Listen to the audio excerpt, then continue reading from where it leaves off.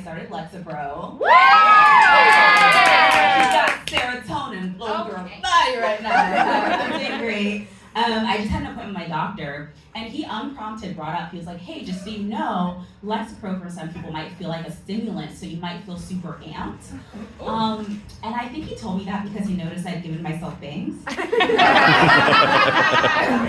was like, this bitch is tweaking. I am, sweetie, I am. I'm taking the Lexapro because I have anxiety. Yes. Do we have anxiety in the room? Wow, you sound pretty brave right now, actually. It's pretty shocking. I do have anxiety. Anxiety is really challenging for me because I have an immigrant mother. Yeah, immigrant mother. My mom came to the States from Liberia, which is a small West African country. There was 20 years of civil war. It was terrible, and she escaped that. So we don't always relate to one another, right? I'll call her before a show, and I'm like, oh my God, I'm freaking out because what if I bomb my set? And she's like, rebels bombed our house. Oh my God. I think you'll be fine. So we don't always see eye to eye. I actually like to think that's why I have a white husband now, because my white girl problems finally have a place that they can call home. I feel so safe with that white man, said no one ever.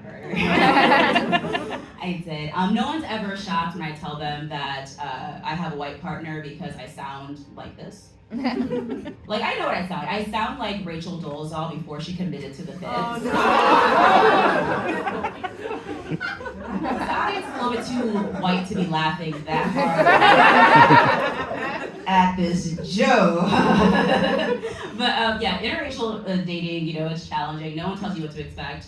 There's no what to expect when you're expecting white dick. No one has written that book.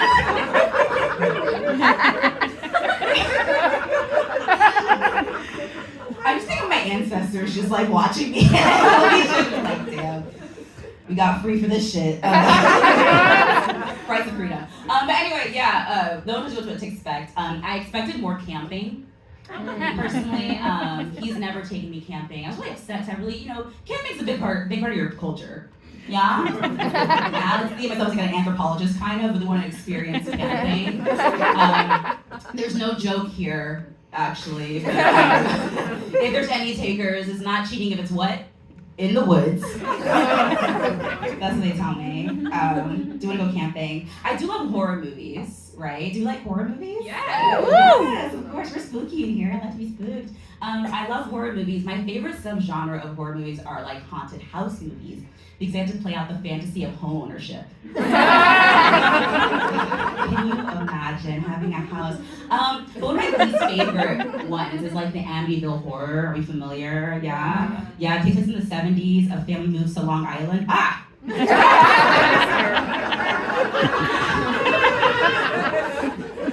Did you feel that?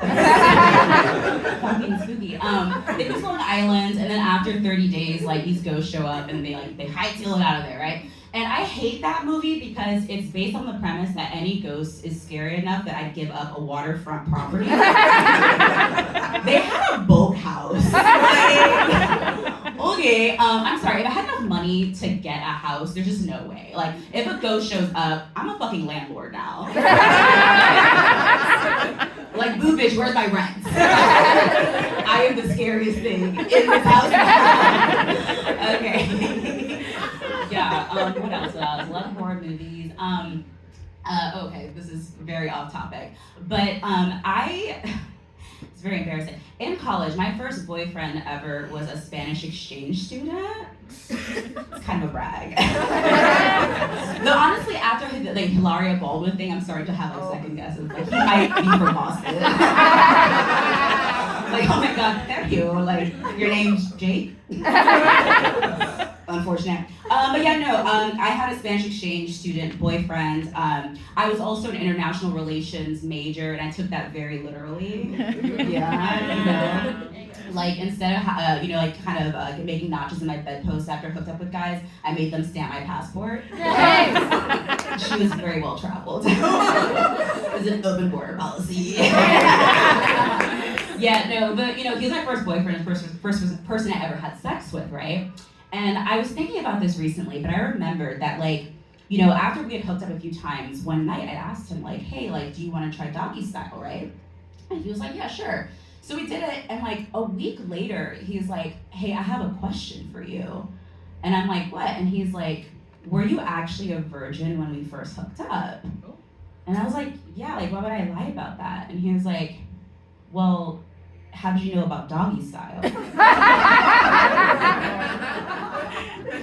How do you know about doggy style? And he asked me in a very accusatory way, like I had like unearthed some sort of like state conspiracy. Like, how do you know about doggy style? I'm like, I don't get sniped like through his door window. Like, is there a red dot on my forehead right now? I was like, how do I know about dogs know about doggy style. Like, famously stupid animal. It's true. I love dogs. They are dumb.